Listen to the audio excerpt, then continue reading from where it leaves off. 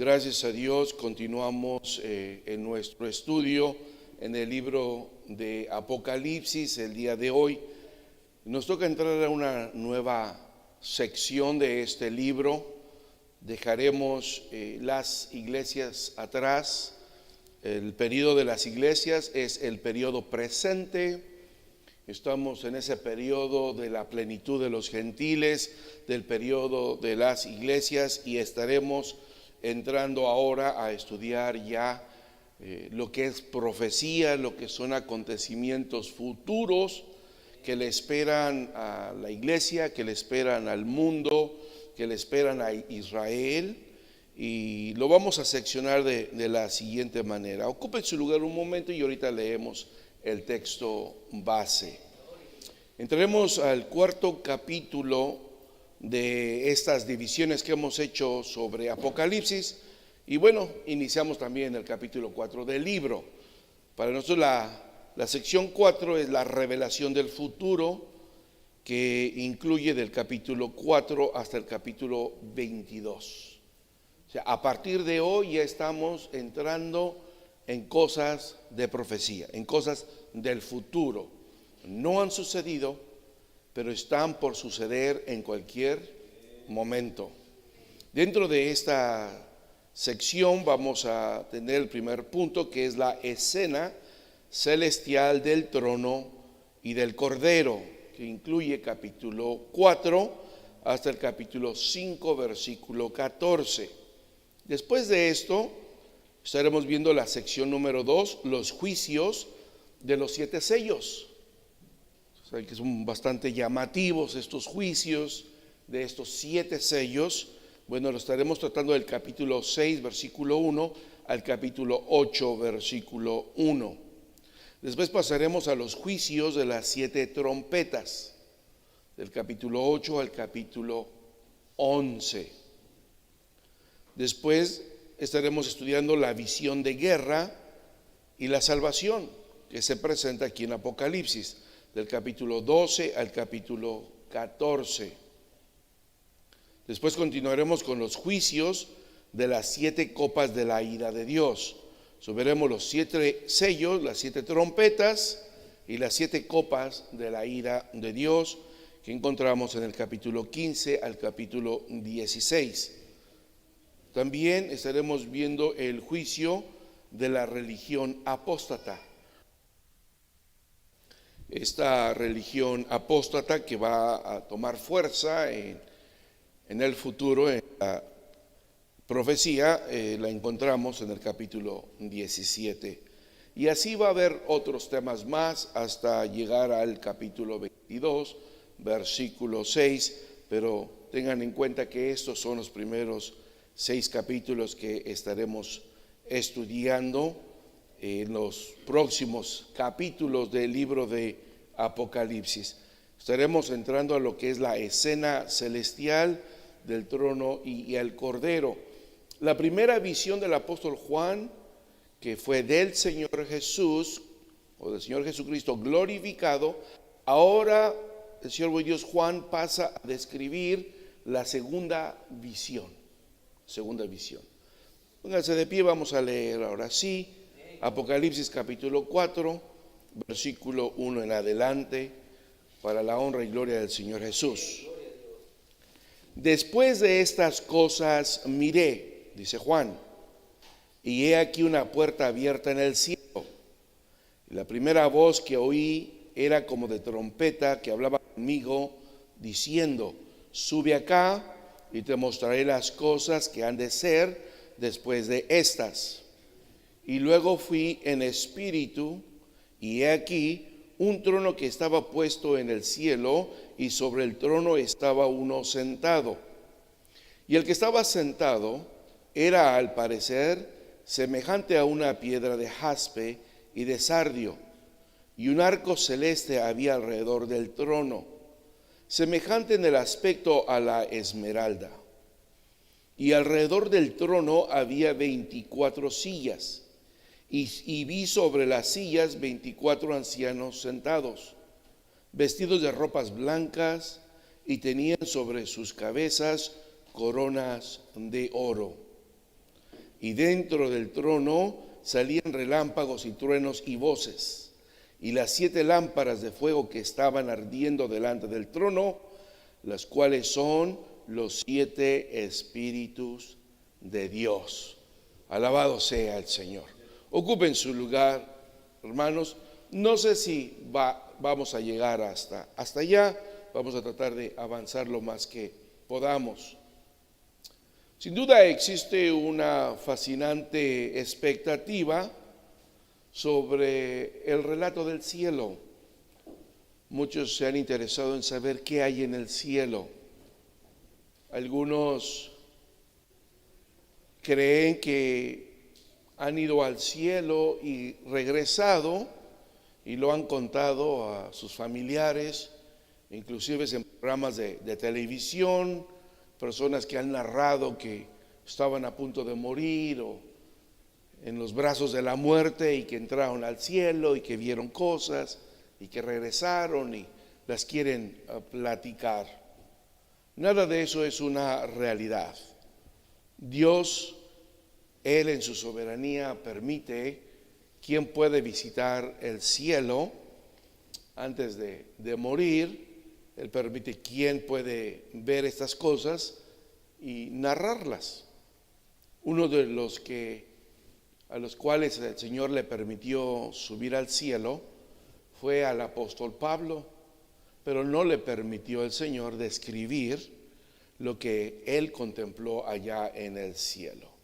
A diferencia de los inventos fantasiosos, extravagantes y muchas veces insensatos de los que falsamente dicen haber estado en el cielo, la Biblia menciona la historia de 2 personas que verdaderamente fueron llevadas allá en visión.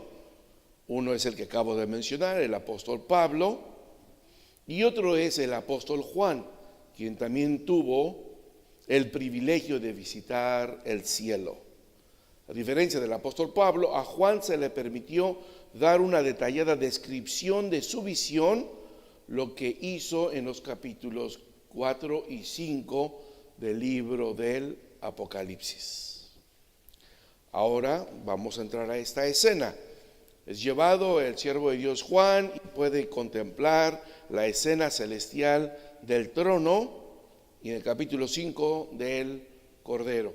Así es que seguiremos tomando esta palabra del trono, será una palabra que está frecuente en estos versículos y ese es un tema principal que encontramos aquí.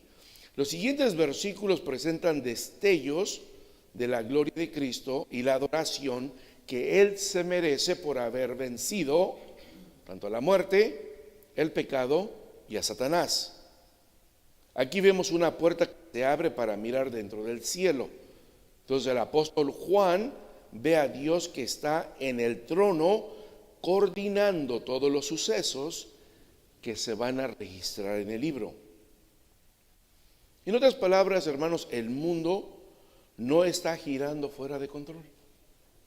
Aun cuando vengan plagas y vengan temblores y se firmen tratados de paz o se declaren guerra entre las naciones, quiero que usted esté consciente de una cosa, y eso es lo que el capítulo 4 y el capítulo 5 nos quieren enseñar. Si algo va usted a aprender de esos 2 capítulos es lo siguiente: el mundo no está girando fuera de control. El Dios de la creación llevará a cabo sus planes a medida que Cristo inicie la batalla final contra las fuerzas del mal. En otras palabras, Dios sigue en control del cielo y de la tierra. Él ha permitido que Satanás sea el príncipe de este tiempo aquí en la tierra, pero aún él está bajo el control divino. El siervo de Dios Juan nos muestra el cielo y lo quiere describir para que usted y yo veamos realmente cuál es el ambiente en el cielo antes de mostrarnos lo que va a suceder aquí en la tierra, para no asustarnos con los acontecimientos que vendrán en el futuro. Eso es lo que Juan quiere hacer en el capítulo 4 y en el capítulo 5. Le quiere mostrar que en el cielo hay paz, tranquilidad, Dios está en control, todos están adorando al que está sentado en el trono y al Cordero, que Él es el único digno de abrir el libro. Pero y cuando los acontecimientos catastróficos y de juicio vengan a la tierra, la iglesia no esté preocupada de que estamos en caos. Dios sigue en control de todas las cosas. Bien, vamos a verlo a través de estos versículos. Capítulo 4, versículo 1. Después de esto miré, y he aquí una puerta abierta en el cielo. Y la primera voz que yo había oído, como sonido de trompeta, que hablaba conmigo, decía: sube acá y te mostraré las cosas que deben suceder después de estas. Entonces vamos a aclarar este versículo y sus partes. Dice: después de esto miré. Después de esto miré. Esta es una expresión muy cercana a la que encontramos también en Daniel capítulo 7 y en Ezequiel 1, donde Daniel y Ezequiel van a recibir una visión del cielo o una mirada al cielo. Y dicen: después de esto, esta palabra meta tautá quiere decir algo que va a suceder o que está sucediendo después de que se ha terminado algo. ¿Qué ha terminado? El periodo de la plenitud de los gentiles, el periodo de la iglesia. Ahorita estamos en el periodo de la iglesia, así es que esto todavía no va a suceder. Esto que vamos a estudiar a partir del capítulo 4 no está sucediendo. Es futuro, ni siquiera es un futuro para mañana, no es un futuro inmediato. Por eso dice: después de esto, del tiempo de la iglesia, ahora miré aquello. No ubica los eventos que está por ver dentro de las visiones de los capítulos anteriores, de los narrados en el capítulo 1 al 3, sino indica más bien que esta es una nueva visión que viene después de la visión anterior. La visión anterior se ha terminado, viene una nueva visión, y este es el orden en que Juan vio las visiones. Y vamos a encontrar esta misma palabra: después de esto, miré esto. Y después de esto, miré esto. Y la vamos a encontrar varias veces, como en el capítulo 7, versículo 1, capítulo 15, versículo 5, capítulo 18, versículo 1 y capítulo 19, versículo 1. Entonces podemos ver que hay varias visiones que componen este libro de Apocalipsis.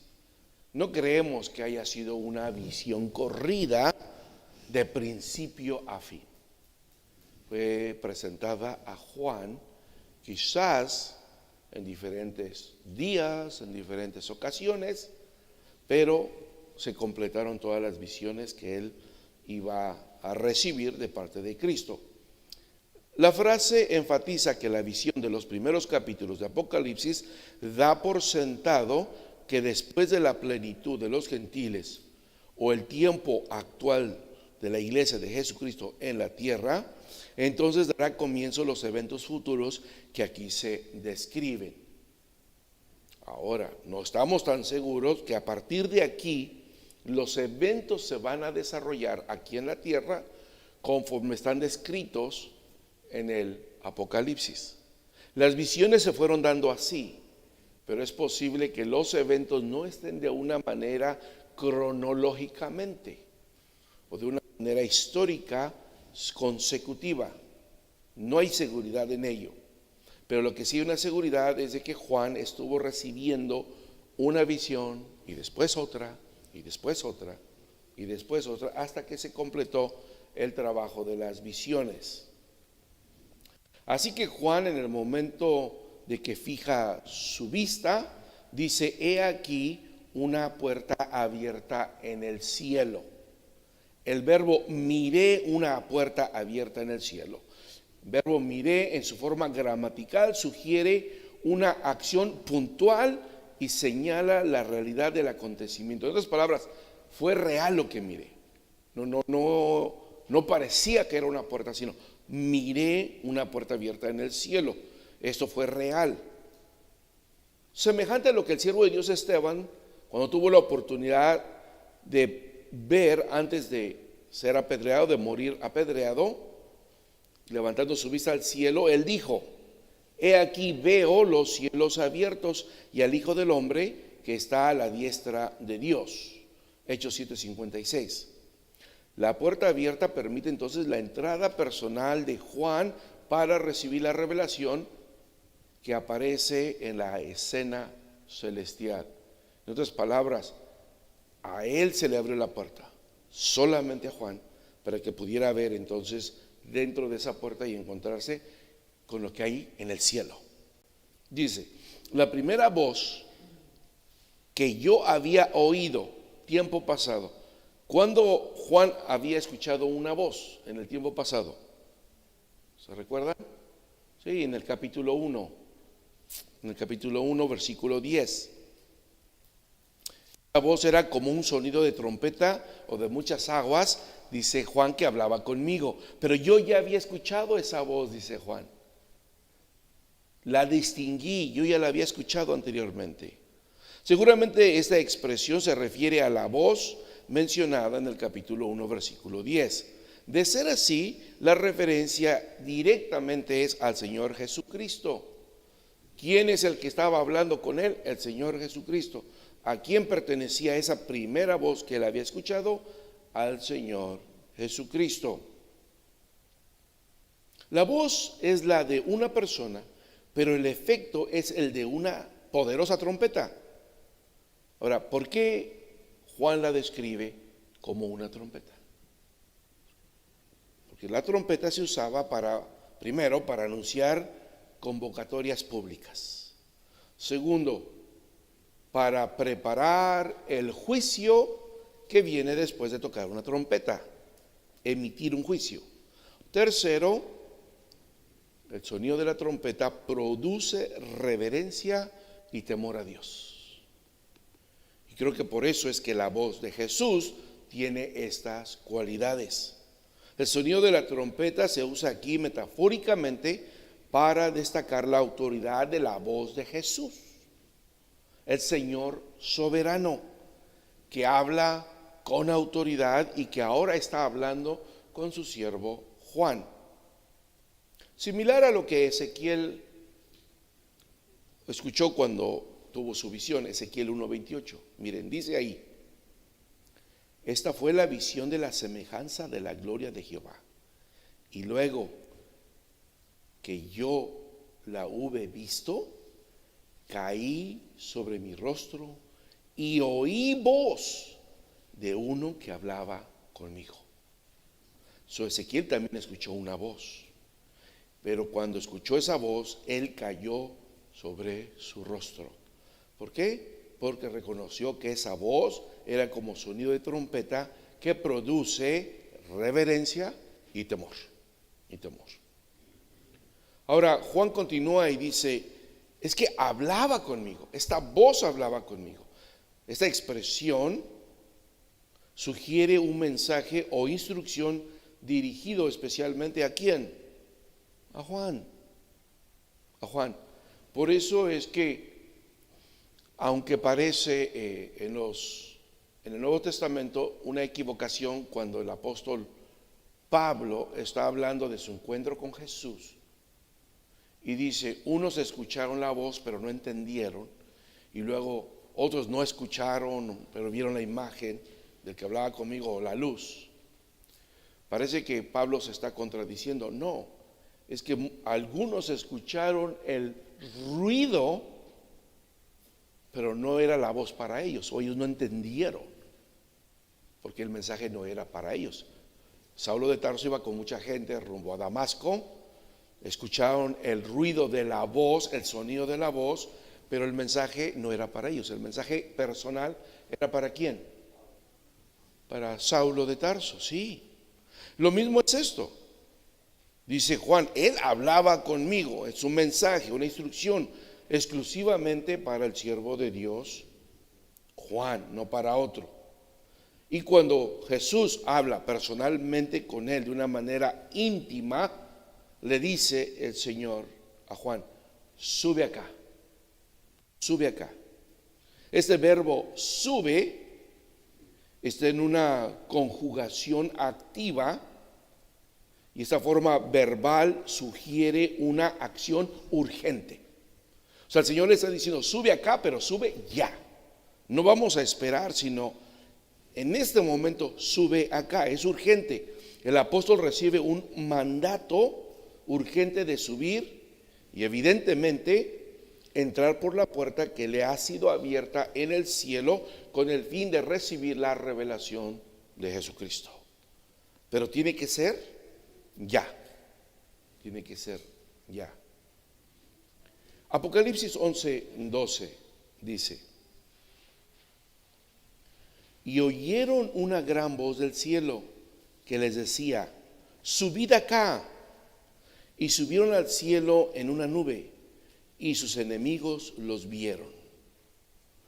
Este texto de Apocalipsis 11 se refiere a aquellos dos testigos que más adelante el Señor va a enviar a la tierra, y la gente le da muerte a los dos testigos, dejan sus cuerpos tirados en la calle por 3 días y medio, y a los 3 días y medio, cuando creen que pues ya no hay nada para ellos, el Señor los resucita, y después de ser resucitados, el Señor les dice, suban acá. O sea, regresen de donde vinieron. Esa es la misma imagen. En este momento, suban acá, subir al cielo. Es lo que nos está hablando esta expresión. Y continuamos con el versículo, dice, y te mostraré las cosas que deben suceder o que van a suceder después de estas. Después de que se cumpla la plenitud de los gentiles, el tiempo de la iglesia de Jesucristo, y se cierre ese telón de la gracia, se detenga el reloj de la iglesia, entonces estas cosas van a suceder. El verbo que se utiliza aquí para mostrar está en un futuro indicativo sobre esta promesa, como diciendo, yo te mostraré. Mira, sube porque yo te voy a mostrar. Es una ejecución de que el Señor le va a permitir a Juan ver el plan de lo que va o lo que está por suceder en un futuro. Y bueno, pues en ese futuro no se encontraba Juan, porque Juan murió hace 2000 años. Las cosas no han sucedido porque no eran para su tiempo, pero van a suceder. Pero le dicen, tú vas a poder verlas, te las voy a mostrar, en otras palabras, te las voy a exhibir para que tú alcances a ver qué es lo que va a suceder evento por evento, lo que le va a pasar a la iglesia, lo que le va a pasar a Israel, lo que le va a pasar al mundo. Y tú vas a poder entender la ejecución o la consumación del plan de los tiempos. Esta acción se va a cumplir porque es una promesa. Eso es lo que está diciendo aquí con este verbo. Y entonces el Señor promete mostrar a Juan las cosas que necesariamente sucederán después de esta. O sea, las cosas van a suceder. Bien, dice el texto que el Señor promete mostrar a Juan las cosas que necesariamente tienen que suceder después de estas. Esa declaración pone en relieve el hecho de la certeza, hermanos, de este cumplimiento. Y no habrá ninguna acción humana ni ninguna fuerza satánica que pueda impedir el cumplimiento de lo que está por suceder, hermanos. Esta expresión también completa la tercera división del bosquejo del libro que aparece desde el primer capítulo. Por ejemplo, la referencia es a los acontecimientos que se describen en el resto del libro. O sea que a partir de este capítulo 4 cuando ya se empiecen a llevar a cabo esos eventos, hermanos, van a venir en secuencia, uno tras de otro. No han comenzado, pero el día que comiencen, nada los va a detener. Va a iniciar uno tras de otro, uno tras de otro. Y cabe mencionar ahorita por lo que estamos viendo, por ejemplo, mi hijo Abimael me preguntaba ayer que si no eran buenas noticias de este tratado que se acaba de firmar de paz entre los palestinos, el mundo árabe e Israel. Y yo le comento, bueno, depende desde qué perspectiva lo quieres ver. Si es bueno para la iglesia, sí, porque si este es el tratado de paz que habla Apocalipsis, va a ser un tratado falso, no se va a cumplir.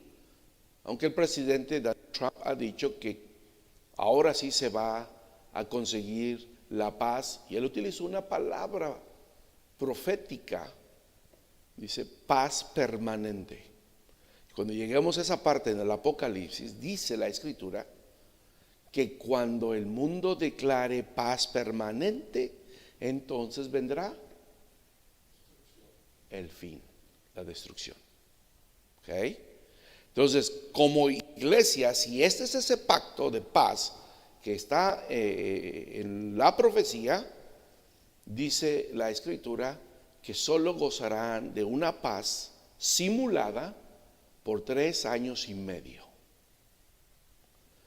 Y después de esos 3 años y medio se romperá el pacto de paz con Israel, y entonces todos los que firmaron el tratado de paz y otros vendrán sobre Israel.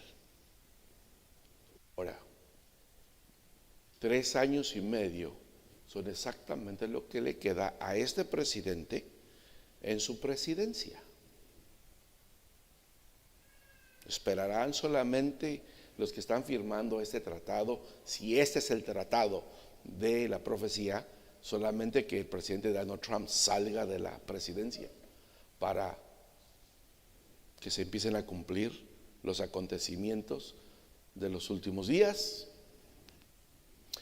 Para la iglesia serán buenas noticias entonces, ¿sí? Porque entonces pronto será el retorno de Cristo. La tristeza será para la humanidad que no ha recibido a Cristo, porque entonces para ellos comenzarán la ruptura de los 7 sellos, los 7 juicios, las 7 copas de la ira de Dios y todo lo que va a venir. Pero para la iglesia no hay ningún problema, porque la iglesia estará yendo a la presencia del Señor. Bien, entonces dice el texto que las cosas necesariamente tienen que suceder después de estas. Se van a llevar a cabo y no hay poder humano que los pueda detener.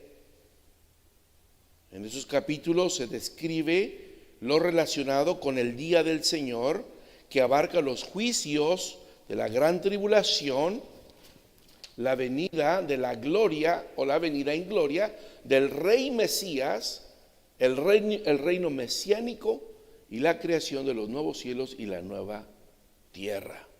Todo esto va a suceder y nadie puede detener los acontecimientos finales. Apocalipsis 22:6 dice: y me dijo, estas palabras son fieles y verdaderas, y el Señor Dios de los santos profetas ha enviado su ángel para mostrar a sus siervos las cosas que es necesario que sean hechas presto. Cuando esto empieza a suceder, hermanos, y vuelva a iniciar el reloj profético de Israel, que ahorita está detenido por el periodo de la iglesia, por el periodo de la gracia, pero cuando se cierre el periodo de la gracia, ese reloj profético de Israel que está detenido volverá a dar marcha.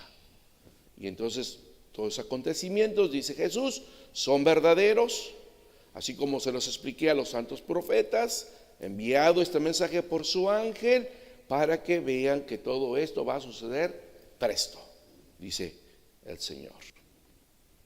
Versículo 2. al instante estaba yo en el Espíritu, dice Juan, y vi un trono establecido en el cielo, y en el trono a uno sentado. Así es, bendito sea el Señor. Al instante estaba yo en el Espíritu. Esa es una expresión que algunos teólogos no se ponen de acuerdo, porque se tiene que traducir, una mejor traducción sería: inmediatamente me hallé yo mismo en espíritu. El texto griego omite la conjunción y, que en nuestras Biblias así dice, y luego fui en espíritu, pero en el griego se omite la conjunción y, lo que hace que esta frase pues sea más dramática, por decir, al término diciendo: sube acá y te mostraré las cosas que han de ser después de estas, al instante estaba yo en el Espíritu. Cuando evitamos el y, hace dramático esta expresión. Otra cosa que intentamos notar es de que en nuestras Biblias, Reina Valera, antigua y moderna, esta expresión en el Espíritu hace referencia o sugiere en nuestra Biblia, Reina Valera, que se refiere a una visión que le fue traída a Juan por el Espíritu Santo.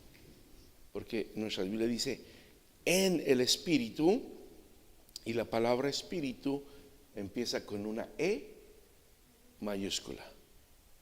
Y cuando ponemos una E mayúscula y hablamos de Espíritu, estamos hablando o el Espíritu de Dios, o el Espíritu de Cristo, o el Espíritu Santo.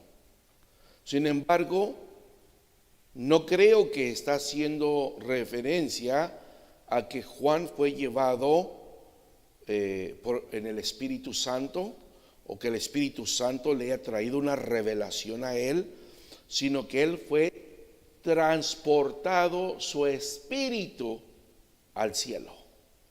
Como decía Pablo, yo no sé si cuando fui arrebatado al tercer cielo, fui arrebatado con todo y mi cuerpo, o solamente en mi espíritu, pero fui llevado, dice, al tercer cielo, y vi cosas maravillosas que el hombre no puede describir ni contar. Entonces quiere decir que fue llevado por el Espíritu, o en el Espíritu, no que el Espíritu Santo le haya traído una revelación. El apóstol Juan experimentó un segundo éxtasis que le permitió ser trasladado en su espíritu para recibir la visión que le fue dada en el cielo. Ahora, hablando de esto, algunos dicen que este momento va a ser como el arrebatamiento de la iglesia. Y no tenemos ningún fundamento aquí para decir que es el rapto de la iglesia. ¿Por qué? Porque están los juicios por venir, están por desarrollarse todos los juicios sobre la tierra, y entonces Juan está experimentando el rapto que la iglesia va a experimentar. No, nada se menciona de esto, pero hay varios comentaristas que especulan. Por si usted se encuentra un libro de un comentarista, una Biblia de estudio que cree esto, creo que Scofield es uno de los que dice esto en su Biblia de estudio. Sin embargo, no encontramos ninguna evidencia de que Juan está haciendo referencia al rapto futuro de la iglesia a partir del capítulo 4 de Apocalipsis. Continúa Juan y dice: y vi un trono establecido en el cielo. El sustantivo trono, que en griego es tronos, no se refiere a una silla, se refiere a un trono. Se usa 45 veces en el Apocalipsis. Aunque dicho vocablo tiene varios usos en la literatura clásica, es importante aclarar, hermanos, que el trono no es una silla, no es un mueble, no. Estas son figuras de algo más permanente. Cuando se está diciendo que este es un trono, porque Dios es espíritu, Dios es espíritu, por lo tanto Él no se sienta, Él no tiene piernas, El trono significa más bien el lugar establecido desde donde Dios reina y juzga. Un trono, hablando terrenalmente, es el lugar a donde el rey se sube o el juez se sube para desde ahí emitir un juicio, ¿correcto? Y es un lugar, una plataforma elevada. Entonces, esto es la figura que está presenciando Juan, y eso es lo que Juan nos quiere transmitir. Dios no se va a sentar en una silla. Dios no se va a sentar en un trono. Dios es espíritu. Él no se sienta. Isaías 6:1 dice de esta manera: en el año que murió el rey Usías, vi yo al Señor sentado sobre un trono alto, una tarima alta, un lugar sublime, y sus faldas, la bata, henchía el templo. Porque lo miró como juez, como esa bata que se ponen los jueces aquí en Estados Unidos para presenciar o estar al frente de un juicio. Vi al Señor sentado sobre un trono alto y sublime, y sus faldas henchían el templo. Entonces aquí parece referirse a un trono de juicio o al estrado de un juez. Representa, en otras palabras, la absoluta soberanía de Dios y al hecho de que Él es el justo juez, el Señor del universo, que está a punto de intervenir en la historia de la humanidad. El trono de la gracia, que es ahorita el que está vigente. Te das cuenta que Dios estuviera sentado ahorita en el trono de la gracia. Ahora, en Apocalipsis capítulo 4, ese trono de gracia será removido y se pondrá un trono de juicio. Cambiará de lugar el Señor, no estará en el trono de gracia, sino ahora en el trono de juicio. El Salmo 103, 19 dice: Jehová afirmó en los cielos su trono y su reino domina sobre todos. Entonces a eso está refiriendo Juan cuando miró la imagen de lo que representa a Dios, porque Dios no puede ser visto porque es espíritu, es espíritu. Y Juan no había muerto ni resucitado, ni había recibido todavía un cuerpo glorificado para estar en la presencia del Señor y verle cara a cara como un día le hemos de contemplar. Eso es simplemente una visión, y en esa visión Juan se da cuenta que Dios está preparándose para sentarse en su trono y empezar a juzgar y dominar y reinar sobre los acontecimientos de la tierra. Obsérvese que el trono, dice, está establecido en el cielo. Sin embargo, el verbo establecido está en un imperfecto indicativo, voz media, que debería de traducirse estaba colocando o estaba siendo puesto en su lugar. En otras palabras, el verbo en su conjugación original nos está diciendo que cuando Juan subió al cielo y puso su mirada a través de la puerta y entró a la escena celestial, miró que en ese momento estaban poniendo el trono de juicio. En ese momento estaban poniendo el estrado de Dios y uno se estaba sentando ahí. ¿Por qué? Porque hasta entonces va a comenzar el juicio. Ahorita el Señor está sentado en su trono de gracia. O sea, ahorita la perspectiva de Dios es ministrarnos gracia, misericordia, pero eso se va a acabar. Y entonces será removido ese trono de misericordia, de gracia, que Juan no alcanzó a ver que se removía, solo alcanzó a ver que llegaba, se estaba poniendo, se estaba colocando, se estaba estableciendo el nuevo trono en el cual ahora el Señor se va a sentar, pero es un trono de juicio. Y él alcanzó a ver que llegaba al trono y a uno sentándose en el trono. El trono fue establecido en el cielo, porque el Dios del cielo está a punto de manifestar su soberanía sobre la tierra. Dios siempre ha sido soberano sobre toda la tierra, pero ¿a quién le ha permitido ahorita gobernar la tierra?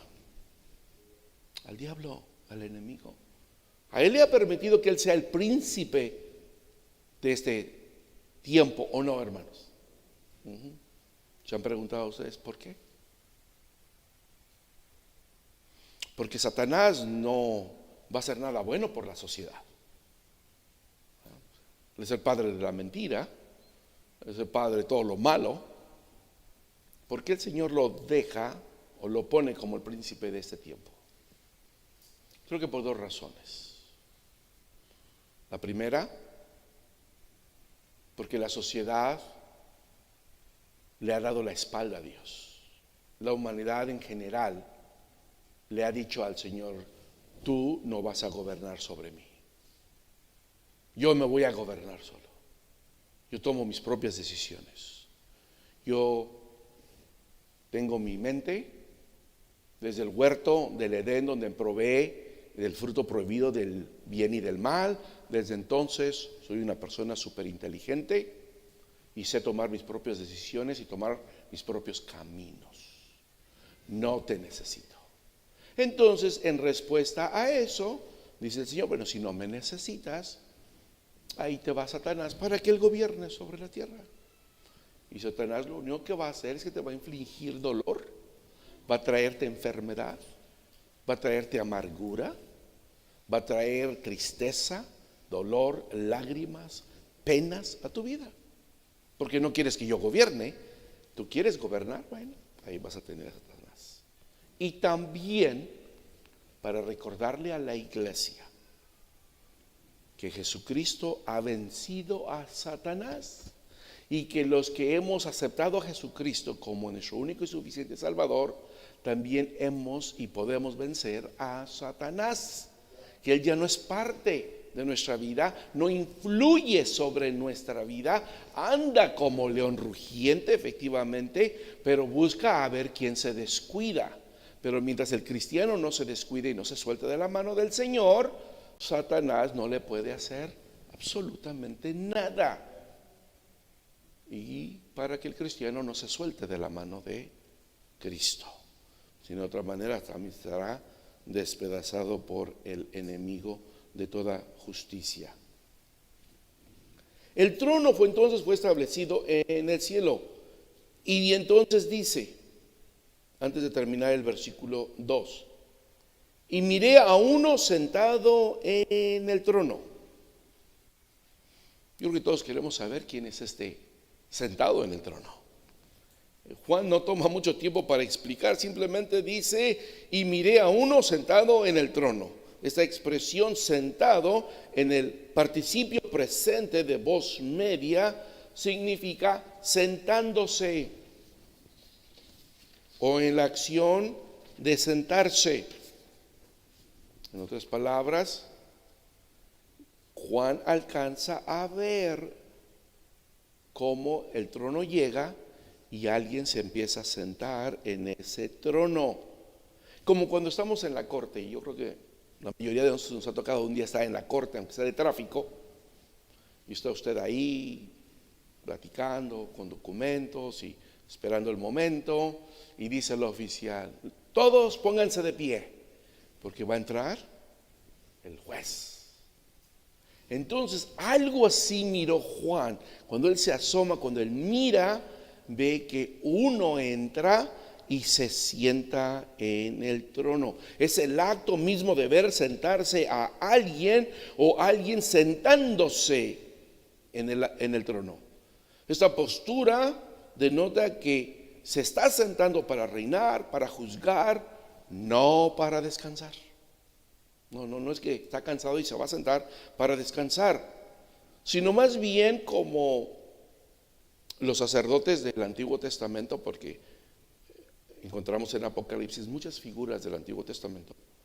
sino cuando los sacerdotes del Antiguo Testamento terminaban de hacer su trabajo ministerial delante del Señor, y entonces se sentaban después de finalizar su misión sacerdotal. Si el que se sienta en el trono es Jesucristo, acaba de terminar su misión sacerdotal con la iglesia, porque Él es el sumo sacerdote y nos ha constituido a nosotros un pueblo santo, gente escogida, real sacerdocio, y entonces Él se sienta ahora para iniciar el juicio. Entonces, lo más probable es que esta expresión sentándose sobre el trono apunte al hecho de que Dios, como juez del universo, da comienzo a sus juicios escatológicos profetizados en las Escrituras. El cuadro es el de un juez que entra en la corte judicial, toma su sitio en el estrado real, porque el juicio va a comenzar. Es que a partir de ese momento ya no hay vuelta para atrás. Va a comenzar el juicio y todo hombre va a tener que pasar por los juicios de Dios. Pero notamos en estos versículos que el siervo de Dios Juan no hace ningún esfuerzo para describir concretamente o identificar al que está sentado en el trono. No dice quién es. Simplemente dice que uno se sienta sobre el trono. Versículo 3. Dice, el que estaba sentado era de aspecto semejante a una piedra de jaspe y sardio, y alrededor del trono había un arco iris de aspecto semejante a la esmeralda. Imagínese por un momento que usted tenga esta oportunidad de ver hacia el cielo, ver que hay uno que está sentado en el trono, y este que está sentado en el trono semejante a una piedra de jaspe y sardio. La piedra de jaspe en el primer siglo podría ser una piedra de jaspe como la conocemos el día de hoy, que hay de muchos colores. Las piedras de jaspe hay de diferentes colores, e inclusive una misma piedra puede ser multicolor. Las más hermosas son naranjas, rojas. Y el sardio, pero antes de pasar, pero el jaspe también en el primer siglo se podía entender como un diamante, algo que destellaba, algo que brillaba, algo que emitía una luz hermosa. El sardio, ahora lo conocemos como la cornalina, una piedra principalmente rojiza, con tonos naranja, hermosa, llamativa. Las piedras preciosas mencionadas aquí son el jaspe y la cornalina. Simbolizan las deslumbrantes glorias, atributos, excelencias y perfecciones de Dios. El sustantivo cornalina en el texto griego es sardio o sardónica, es decir, una agata de color rojo fuego o rojo sangre, que podía sugerir una expresión de la justicia y la ira de Dios. La cornalina puede significar también el coraje, la vitalidad y la creatividad. De hecho, históricamente su significado se vincula con el poder y la resistencia. Los arquitectos de las pirámides egipcias la usaban como símbolo de autoridad y se le conocía a esta piedra como el sol poniente. ¿Cómo brilla el sol cuando está por declinar? Y torna el horizonte, las nubes del cielo, tono rojizo, naranja, potente. Así le llamaban a esta piedra en el tiempo de las pirámides egipcias. En Apocalipsis 21:10 dice Y llevóme en espíritu a un grande y alto monte, y me mostró la grande ciudad santa de Jerusalén, que descendía del cielo de Dios, teniendo la claridad de Dios, y la luz era semejante a una piedra preciosísima, como piedra de jaspe, resplandeciente como cristal. Si jaspe se semeja al diamante, a un cristal.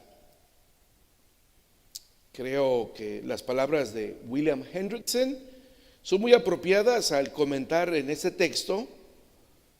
Lo que el apóstol describe no es a Dios mismo. Dice Hendrickson: yo no creo que Juan está describiendo a Dios mismo sentado en el trono, que Dios no puede ser explicado, no puede ser visto, pues es espíritu. Sino lo que Juan está tratando de describir es el fulgor, el esplendor que rodea a Dios. Porque él no puede describir cómo es Dios.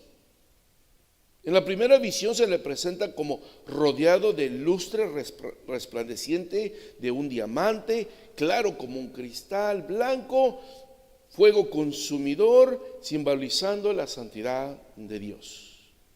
Y con el carmesí del sardio, color como de sangre, indicando que este santo carácter de Jehová se expresa o se va a expresar por medio de los juicios que van a venir. Es lo que se comenta sobre esto. Bueno, vamos a ver, porque en Isaías 57:15 hay una realidad. Dice: porque así dijo el alto y sublime, el que habita la eternidad y cuyo nombre es el Santo. Yo habito en la altura y la santidad. En otras palabras, lo que se describe en este versículo sobre el que está sentado en el trono, que emite una luz como de piedra de jaspe y de sardio, y alrededor de él hay un arco iris del color esmeralda, no necesariamente está describiendo a Dios, sino está describiendo los atributos de Dios. Que el que está sentado es poderoso, que emite una luz que los hombres no pueden soportar, que es la santidad de Él, que Él se deja ver por medio de esa luz, porque Él habita en la eternidad, habita en la altura y en la santidad. Él es el alto y sublime. ¿Y cómo poder explicar ello? Continúa Juan y dice: y alrededor del trono había un arco iris de aspecto semejante a la esmeralda. ¿De qué color es la esmeralda? Verde, exacto, verde. Verde hermoso, porque es un cristal. El arco iris quizás es un recordatorio del pacto de Dios con Noé. O posiblemente sea una manera de recordarnos que aún en medio del juicio, Él sigue siendo misericordioso. Ezequiel, fíjense lo que dice, Ezequiel 1:28. ¿Cuál parece el arco del cielo que está en las nubes el día que llueve? Así era el parecer del resplandor alrededor. Esta fue la visión de la semejanza de la gloria de Jehová. O sea, ni siquiera, hermano David, es la gloria de Jehová. Es la semejanza. Es una sombra, es una idea de lo que es realmente la gloria de Dios. Es lo que alcanzó a ver también Ezequiel. Él miró un arco en el cielo, alrededor del trono, que resplandecía como si fuera el mediodía.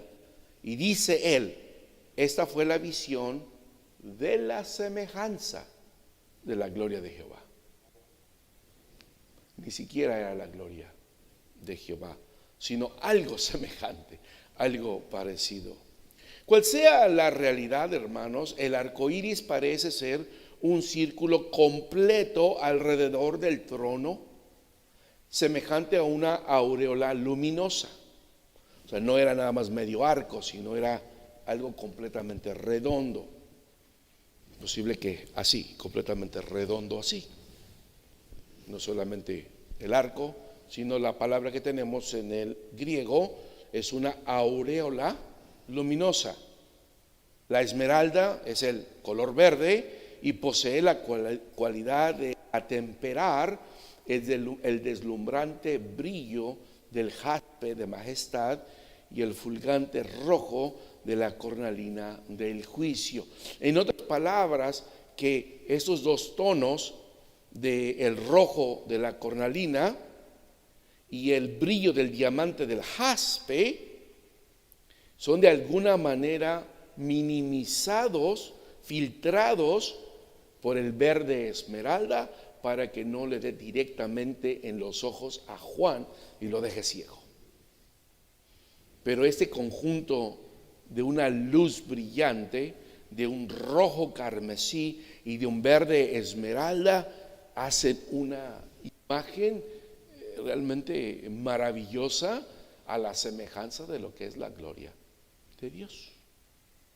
Entonces no deberíamos de poner ni tratar de investigar con tanto énfasis qué significa el color, qué significa eso, simplemente llevarnos en el corazón que esto es una imagen, una semejanza de lo que es verdaderamente estar en la presencia de Dios. Y él lo miró por una puerta y de lejos.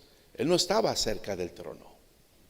Hubo quienes sí estuvieron cerca del trono, los 24 ancianos y los 4 seres vivientes. Esos sí estaban muy cerca del trono. Juan no se acercó ni pudo acercarse al trono de donde se emitía estos destellos de luz. Aunque Dios es descrito como sentado sobre un trono de juicio, manifiesta un estado de tranquilidad perfecta y majestad inefable, no se puede describir, radiante en la refulgencia de sus infinitas perfecciones.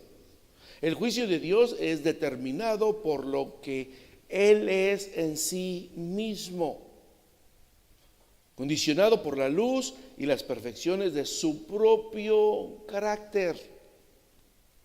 El arco iris, como se ha observado, evoca el pacto de Dios con Noé y en sí con toda la humanidad. No estamos diciendo que eso significa, pero es posible que esta idea nos esté dando que aunque va a emitir juicios tremendos sobre la humanidad, no va a erradicar completamente a toda la raza humana. Habrá quienes serán salvos dentro de esos juicios y posiblemente se está refiriendo al que tendrá misericordia de Israel, quien merecería todo el peso de la justicia, todo el peso de los juicios de Dios por su continua rebelión y desobediencia.